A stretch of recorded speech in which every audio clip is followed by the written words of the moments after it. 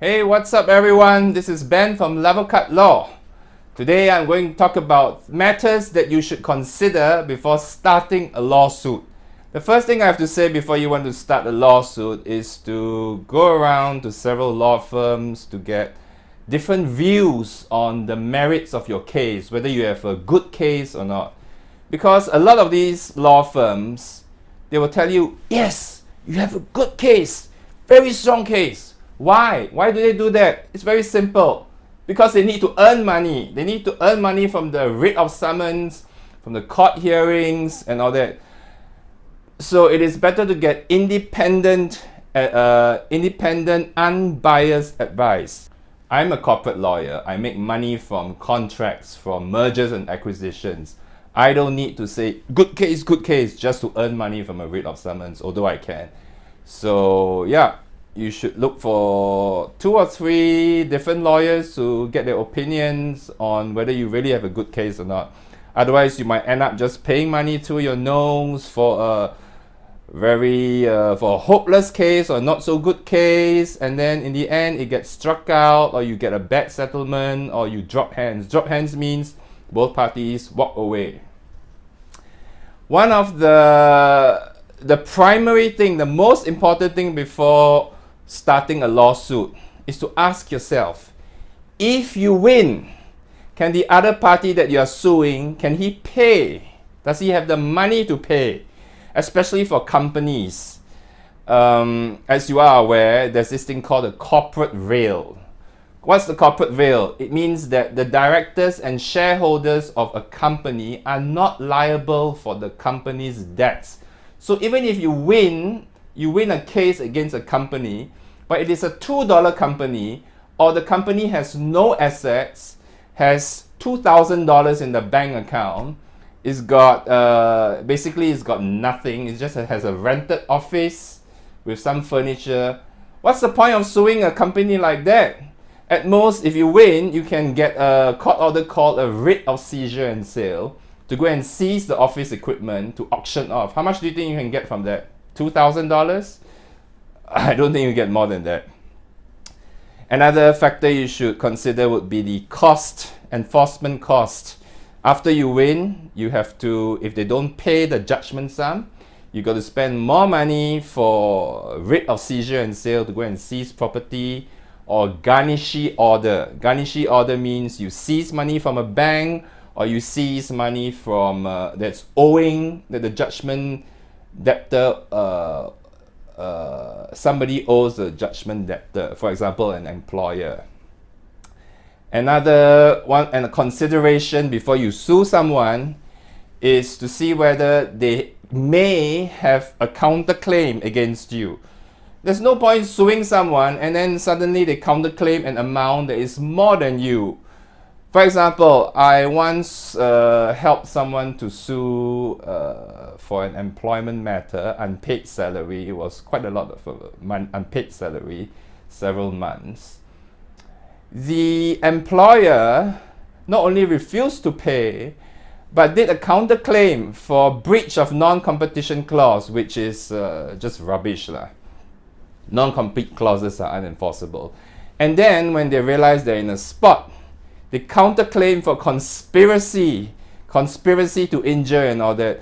And because she was under so much stress, it was a magistrate court suit. They wanted to upgrade the case to the district court for conspiracy. She was so distressed by it. Her claim was about 55,000. She was so stressed up by the counterclaim, she settled for $3,000 during the mediation. One more consideration. Can you afford to sue? A lot of people come to me, Garang, I want to sue. My question is, can you afford to sue or not? Not only do you have to pay your lawyer, okay? Not only do you have to pay your lawyer, but if you lose, you have to pay the costs for the other party that you sue. Okay, and in litigation, lawsuits, nothing is guaranteed, no matter how good your case is. Another thing that a lot of lawyers do not tell you is that 95%, maybe even 97% of lawsuits get settled.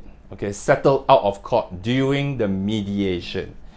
So when it's settled, you will get less than what you claim against. Most of the time you will get less than half of the amount claimed. And during a settlement, it is industry practice that each party bears their own legal costs. So for example, you are suing someone for 100,000. During the mediation, there's a high chance that you will settle for 30,000. And then because you have to bear your own legal costs, you after minus 10, 20,000 in legal costs, you might not have much left.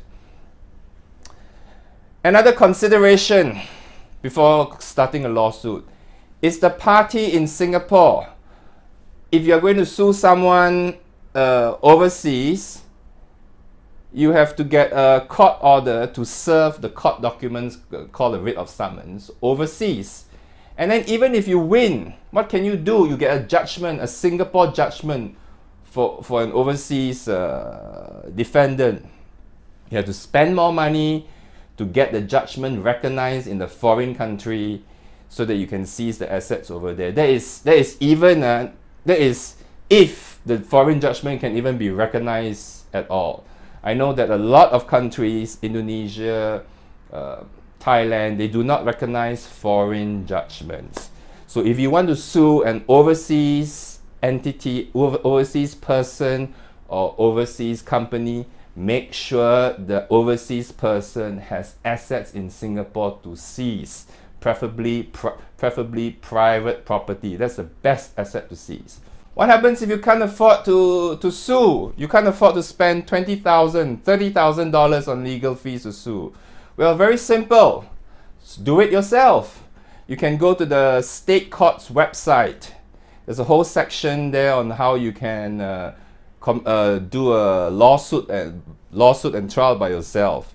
And if you need help with drafting the court documents, you can always refer to this book called Bullen and Lead. It has all the sample drafting, pleadings. You can learn how to draft it here. You can also look at this book. It's called the White Book, but the official name is Singapore Civil Procedure. You need to read this if you want to do a lawsuit yourself. All the rules of court, the explanations are inside. So, that's all I have to say on considerations before commencing a lawsuit. Don't forget to click like and subscribe. Thanks for watching.